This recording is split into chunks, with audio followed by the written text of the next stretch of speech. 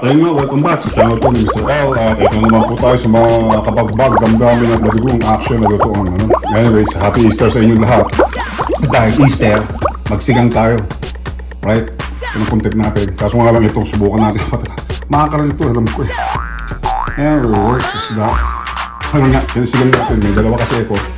At Easter naman. Kunyari, nagaan mo tawag dito, fasting. Ano? Is that. And anyways, so,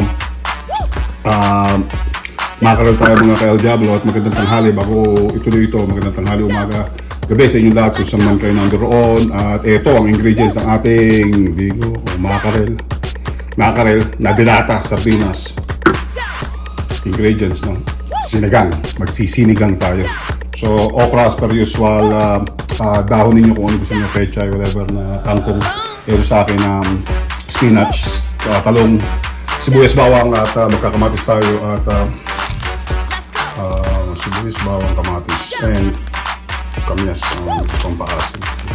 Yun lang nakuha kong pang-asin, pwede din. Other than that, tapos pampaalat nga pala, asin.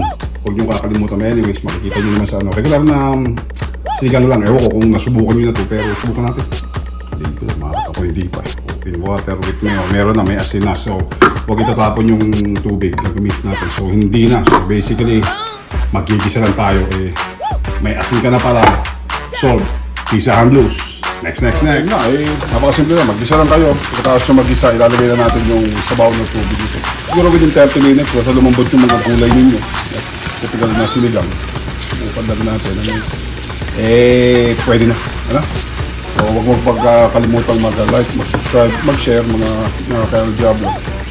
At mag-join na rin. May chance. Anyways, happy Easter sa inyo. At eto na.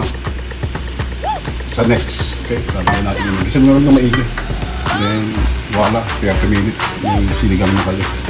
Pakasting ko no eh, no? Next. Nakambot na yung kamatis mo na ano. Lagay nyo yung sardinas. Piraso kaya. Sorry, nagagaling sa trabaho ba? Lalagyan natin ito ng konting ano pa.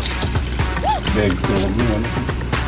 Ngayon ko lang ito sinubukan. Huwag naman sana na ano. Magurong. Tapos lagyan natin ng konting beg to. Isa pang pasa o whatever. No?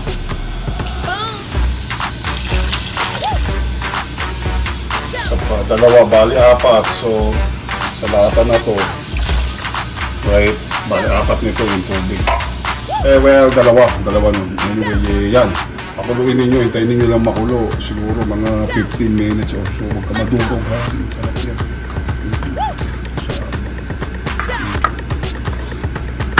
Sabi ko, happy Easter, sardinas na sinigang.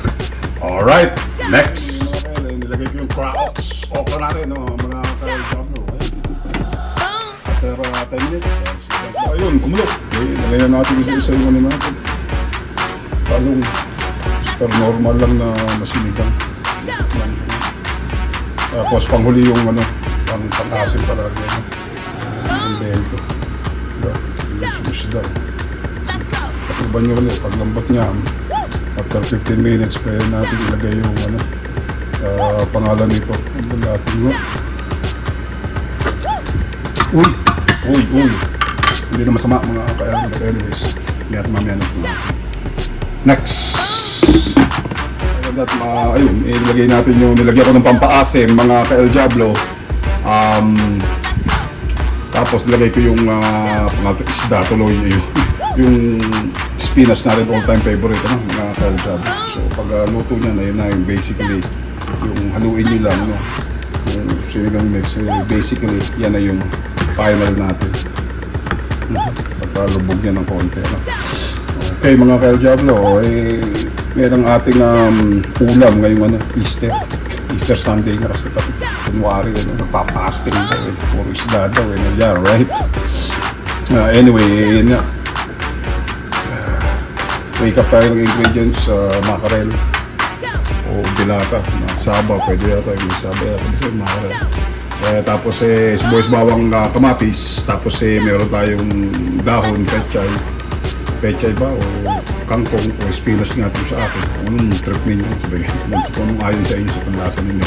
Hindi na ako naglagay ng asin kasi yung sabaw nito wag itutulis ka, may asin na. Yun lang. Kasi nilang mix, ayos lang. Meron ka ng ulam pagtapos nito. Kung kayo nag-jejeta din naman. Ano? Alright mga Kajabi, I love you guys all at I'm happy to see you. Kahit hindi ko naman kayo nakikita physical, but anyways, see you guys back at panonood ng aking mga video. Ha? Huwag kakalimutan. Mag-like and mag-subscribe. At matagal din tayo mga hindi nagsasama. One of these days, magbukbang tayo ulit. Sarap yan. Ha? Diba? Other than that, talaga, magkainan na tayo. Pwede na to in the next 5 minutes or something.